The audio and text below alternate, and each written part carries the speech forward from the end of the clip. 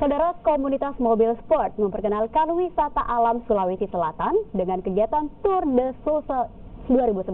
Sebanyak 160 peserta dari dalam dan luar Sulsel ambil bagian dalam ajang pariwisata yang sudah digelar selama 6 tahun.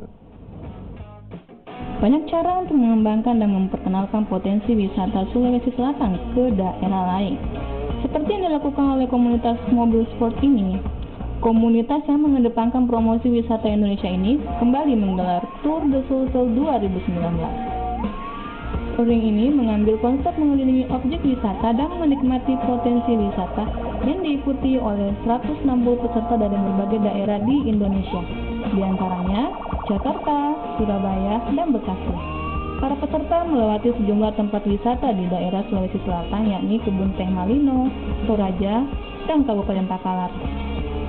Jadi memang konsep dari perkumpulan kami ini salah satunya itu memperkenalkan potensi pariwisata yang ada di Indonesia. Makanya kami termasuk salah satu dari member dari Wonderful Indonesia.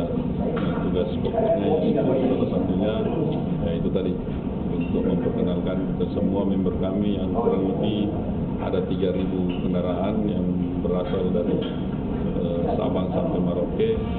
Diharapkan tur yang telah 6 kali dilaksanakan dapat memperkenalkan potensi wisata lokal dan menjadi ajang promosi bagi tempat wisata di Sulawesi Selatan. Rana Pratama, Kompas TV.